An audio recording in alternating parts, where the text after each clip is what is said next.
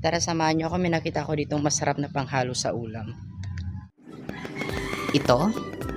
Ito ay tinatawag na ulaping sa waray. Commonly, we know it mushroom. Tama ba? Ito ay kadalasang makikita sa pabulok na puno ng saging, tulad ng nakikita nyo sa litrato.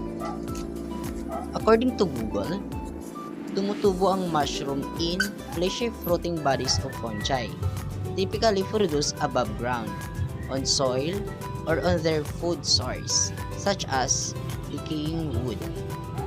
Some mushrooms are edible and taste good, while others are poisonous and taste foul. Mushroom benefits can give us. Thanks for watching.